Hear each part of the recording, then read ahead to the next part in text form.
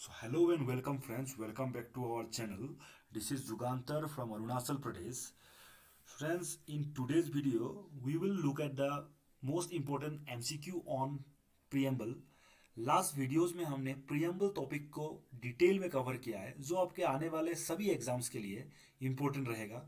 Friends, अगर आपने वो वीडियोस मिस किया है तो हमारे प्लेलिस्ट में जाके आपको बहुत सारे वीडियोस प्रियम्बल के ऊपर आपको मिल जाएगा और वहाँ से आप प्रियम्बल टॉपिक को एक बार अच्छा से कर लीजिए ताकि आपको फ्यूचर में कोई भी बुक का ज़रूरत नहीं पड़ेगा। So let's begin this video. Friends, our first question is, um, which among the following word is not written in the preamble of constitution? इनमें से कौन सा वर्ड है जो हमारे प्रियम्बल में लिखा नहीं है? फ्रेंड्स, लास्ट वीडियोस में हमने प्रियम्बल टॉपिक को जब कवर किया था तब आप लोगों को मैंने बताया था कि सॉवरेन वर्ड जो है और सोशियलिस्ट वर्ड जो है और सेकुलर वर्ड जो है ये सारे वर्ड आपका प्रियम्बल में लिखा हुआ है। तो हम एक बार प्रियम्बल को रिवाइज कर लेते हैं। देखिए, we the people of India having solemnly resolved the constitution of India into a sovereign, ये वर्ड है यहाँ पे। सोशियलिस्ट ये भी वर्ड है, सेकुलर ये भी वर्ड है, डेमोक्रेटिक एंड रिपब्लिक ये भी वर्ड्स हमारे कॉन्स्टिट्यूशन में लिखा हुआ है। And justice, liberty and equality and fraternity. So यहाँ पे जो क्वेश्चन में जो था communist word that is not in our constitution, it is a very easy question friends. So our answer will be option number D. जैसे friends देखिए, ये सब क्वेश्चन बहुत इजी होता है एग्जाम में, बट इसमें ध्यान देने वाला बात जो है फ्रेंड्स, हम हमेशा जल्दीबाजी में ये जो डायरेक्टिव वर्ड है नॉट को भूल जाते हैं क्योंकि हमको ये आंसर मैक्सिमम 90% लोगों को पता होता है और पता होने का जो जो एक्साइटमेंट है उसमें ये डायरेक्टिव वर्ड को हम भूल जाते हैं। तो आप क्या कीजिए, जब भी आप कोई भी एग्जाम देने जा रहे हो तो उस डायरेक्टिव वर्ड को आप पहले मार्क कर लीजिए। तो इसमें हमको नॉट फाइंड करना है, मतलब नेगेटिव वर्ड को फाइंड करना है, तो ये कम्युनिस्ट को फाइंड करना है। ये बहुत ही आपको लगेगा फ्रेंड्स ये बहुत छोटा सा बात है, लेकिन इसके वजह से भी बहुत सारे क्वेश्चन हमारा रॉन्ग हो जाता है। So always mark the directive word not, तब आपको ध्यान रहेगा कि हमको नॉट वाला फाइंड करना है और फिर इसका आंसर है कम्युनिस्ट। फ्रेंड्स, हमारे ये सारे वीडियोस का जो पीडीएफ है वो आपको हमारे टेलीग्राम चैनल में मिल जाएगा। प्लीज़ ये चैनल को ज्वाइन कर लीजिए, आपको फ्रीली ये पीडीएफ वहाँ पे अवेलेबल है। यंगसेन आईएएस टेलीग्राम चैनल का नाम है। So our next question is question number 2। What is the legal nature of the preamble of the constitution? देखिए फ्रेंड्स, लीगल नेचर मतलब क्या आप हमारे प्रियम्बल को सुप्रीम कोर्ट या हमारे हाई कोर्ट या फिर कोई भी लोअर कोर्ट इसमें चैलेंज कर सकते हो क्या? तो देखिए, लीगल नेचर मतलब यही है कि लीगली उसको चैलेंज कर सकते हो क्या। तो फ्रेंड्स देखिए, हम लोग को पता होगा कि preamble is not enforceable by the supreme court और हाई कोर्ट और एनी अदर कोर्ट। तो प्रियम्बल एक डायरेक्टिव, एक पावर हाउस, एक आइडेंटिटी कार्ड तो है। जब भी सुप्रीम कोर्ट में जजमेंट देने के टाइम अगर कोई कंफ्यूजन हो तो डेफिनेटली जजेस या जो लॉयर्स है वो प्रियम्बल को विजिट कर सकते हैं, प्रियम्बल को पढ़ सकते हैं और प्रियम्बल से डायरेक्शन ले सकते हैं। सो डायरेक्शन जरूर ले सकते हैं, डायरेक्शन मिल जाएगा। देखिए, जैसे मान लीजिए कोई जजमेंट है, वहाँ पे क्लियरिटी नहीं आ पा रहा है, तो अगर क्लियरिटी नहीं है तो पहले प्रियम्बल को प्रियम्बल को विजिट कर सकते हैं, प्रियम्बल को पढ़ सकते हैं और पढ़ के वो कोर्स उसका जजमेंट को आप डायरेक्शन दे सकते हो। बट प्रियम्बल को डायरेक्टली एनफोर्स नहीं कर सकते आप। मतलब ये नहीं बोल सकते कि देखिए मतलब प्रियम्बल में जो लिखा हुआ था वो फॉलो नहीं हो रहा है तो डेफिनेटली हम इसमें केस कर सकते हैं, ऐसा नहीं है। सो इसका आंसर जो है it is not enforceable by courts, है ना। It is not enforceable, so it may be enforceable in, तो ये सब ऑप्शंस गलत है यहाँ पे। So our option will be option this one, option B, it is not enforceable in the court. तो आपको समझ में आया होगा और ये टॉपिक को मैंने डिटेल में पढ़ाया था लास्ट क्लास में, तो वहाँ पर भी मैंने बोला ही था आपको।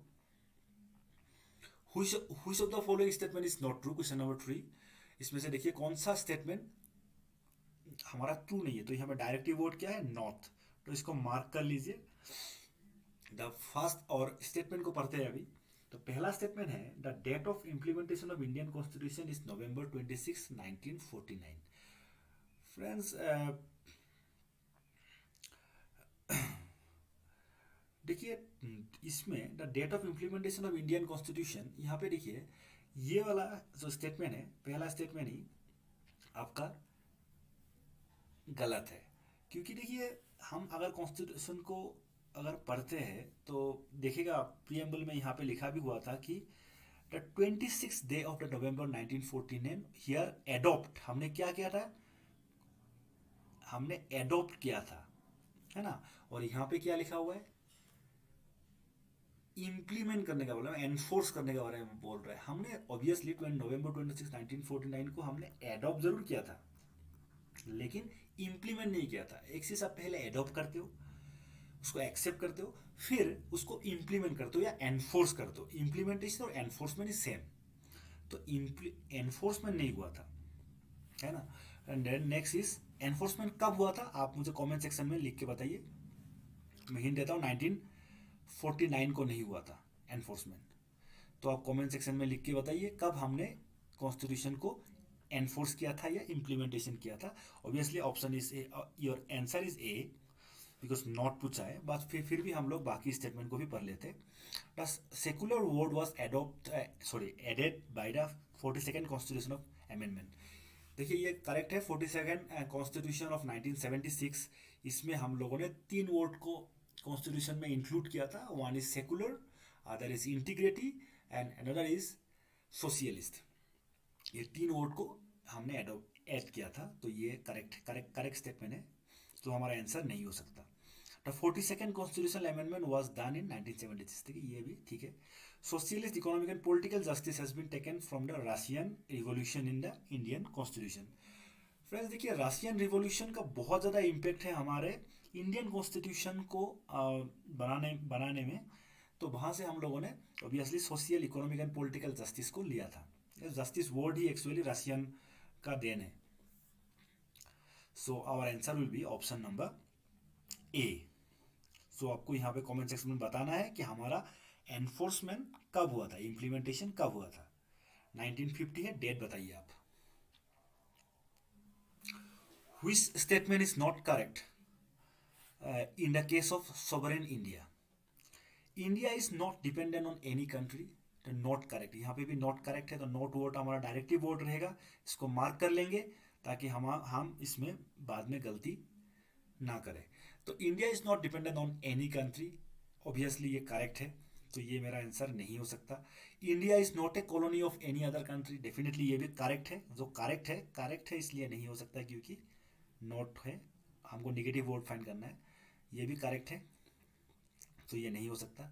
India can give any part of इस country to any other country, definitely ऐसा हुआ भी है ना। ये डेफिनेटली ऐसा हुआ भी है, मैंने पढ़ा भी था, आप लोगों को पढ़ाया था बिरुबरी केस में ऐसा हुआ था। बिरुबरी एक रीजन है वेस्ट बंगाल जलपाईगुड़ी के पास, जो हमने एमेंड करके आर्टिकल 3 को एमेंड करके तब का जो ईस्ट पाकिस्तान था उनको दे दिया था, है ना। तो ये भी आपका करेक्ट स्टेटमेंट है, so it is A wrong option for us. India is obliged to obey the UN its internal affairs, है ना। UN India is not obliged to obey the UN in its internal affairs.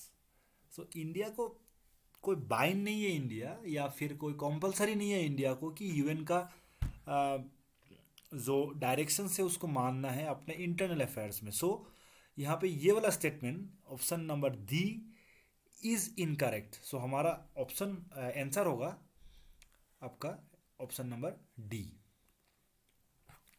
क्योंकि हमको यहाँ पे direction word note था। Let's go to the next question.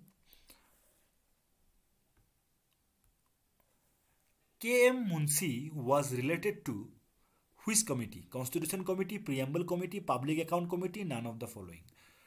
Friends देखिए K M. Munshi, इनके बारे में पहले देख लेते। ये के.एम. मतलब Kanhaiyalal, Maneklal Munshi, former governor of Uttar Pradesh भी था, यूपी का गवर्नर था। तो इन ये हमारे बी आर अम्बेडकर के साथ ड्राफ्टिंग कमेटी, कॉन्स्टिट्यूशन का जो ड्राफ्टिंग कमेटी था उसमें एक मेंबर था, और ये गुजरात से थे, educationalist from the Gujarat state. So यहाँ पे आंसर होगा आपका directly constitution draft committee, option number A. Next question, which year is related to the Berubari case. Friends, मैंने लास्ट वीडियो में बिरूबारी केस और केशवानंद भारती केस, ये दोनों केस को डिटेल में एनालिसिस किया है। ये दो केसेस फ्रेंड्स आपके हर एक एग्जाम के लिए बहुत इंपॉर्टेंट है। और इस यहाँ पे पूछा है which year is related to Berubari case, तो इसका आंसर है डायरेक्टली ऑप्शन नंबर डी, 1960। तो मैं यहाँ पे बिरूबारी केस को फिर से एक बार एक्सप्लेन कर देता हूँ फ्रेंड्स। देखिए, बिरूबारी एक जगह है जो न्यू जलपाईगुड़ी, एनजीपी जिसको कहते हैं हम लोग, एनजीपी न्यू जलपाईगुड़ी इन वेस्ट बंगाल, उसके पास एक थाना है, थाना नंबर 12, थाना नंबर 12, वहाँ का एक इलाका है जिसका नाम है बिरूबारी। तो वो जो एरिया है, वो एरिया एक्चुअली बॉर्डर में है इंडिया और पाकिस्तान। आपको पता होगा कि इंडिया और पाकिस्तान का जो बॉर्डर है उसको डिसाइड करने के लिए एक लाइन ड्रॉ किया था सर रेडक्लिफ ने, तो इस लाइन को भी रेडक्लिफ लाइन बोलते हैं, है ना। तो ये रेडक्लिफ लाइन में है, और ये डिस्प्यूट इलाका है। पाकिस्तान बोलते हैं कि हमारा है, अब पाकिस्तान मतलब उस टाइम का, अभी का जो बांग्लादेश है उस टाइम ईस्ट पाकिस्तान था। तो ये पाकिस्तान बोलते हैं हमारा, इंडिया बोलते हैं हमारा है। और इसी केस में, बिरूबारी केस में, जब नेहरू और नून एग्रीमेंट हुआ था, नेहरू और नून फ्रॉम पाकिस्तान, और नेहरू इंडिया का पीएम और नून पाकिस्तान का पीएम, तो उन दोनों के बीच में जो एग्रीमेंट हुआ था उनके हिसाब से, उसके बाद ये जो बिरूबारी एरिया है, नेहरू ने, हमारा जवाहरलाल नेहरू ने पाकिस्तान को दे दिया था, पाकिस्तान को ये दे दिया था, जो एक जिसमें बहुत सारा ओपोज हुआ था ऑपोजिशन से। और हमारे उस टाइम का जो प्रेसिडेंट है डॉक्टर राजेंद्र प्रसाद, उन्होंने भी प्रेसिडेंशियल इन्फ्लुएंस से सुप्रीम कोर्ट को पूछा था कि ये जो जवाहरलाल नेहरू ने किया है, ये काम जो बिरूबारी को पाकिस्तान को दे दिया है, वो कौन सा कॉन्स्टिट्यूशन में लिखा हुआ है या कौन सा आर्टिकल में लिखा हुआ है, जो एक्चुअली तब नेहरू जी बताते हैं कि ये जो मुझे पावर मिला है, I am a democratically elected PM of independent India, and so I got the power from preamble. तो उन्होंने प्रियम्बल से पावर लिया, ऐसे बोल के बोला था। उसके बाद ये बिरूबारी केस होता है, और 1960 में बोलते हैं कि सुप्रीम कोर्ट बोलते हैं कि प्रियम्बल जो है वो हमारा पार्ट, कॉन्स्टिट्यूशन का पार्ट नहीं है, ऐसा बोलते हैं। जो केशवानंद भारती केस में फिर इसको फिर रिवर्ट कर देते हैं और बोलते हैं कि preamble is a part of the constitution. तो अगर आपको डिटेल में इसको समझना है तो प्लीज़ मेरा लास्ट वीडियो देख लीजिए, उसमें आपको मिल जाएगा, और उसका जो पीडीएफ है वो भी आपको मिल जाएगा हमारे टेलीग्राम चैनल में। So our next question is who among the following said that the preamble of the Indian Constitution is the keynote of the Constitution? Friends, इससे पहले हम लोगों ने पढ़ा था कि जो प्रियम्बल है उसको अलग अलग नाम से जाना जाता है। एक तो हम लोगों ने पढ़ा था कि preamble is ID card of your constitution, identification card, and preamble is a political horoscope.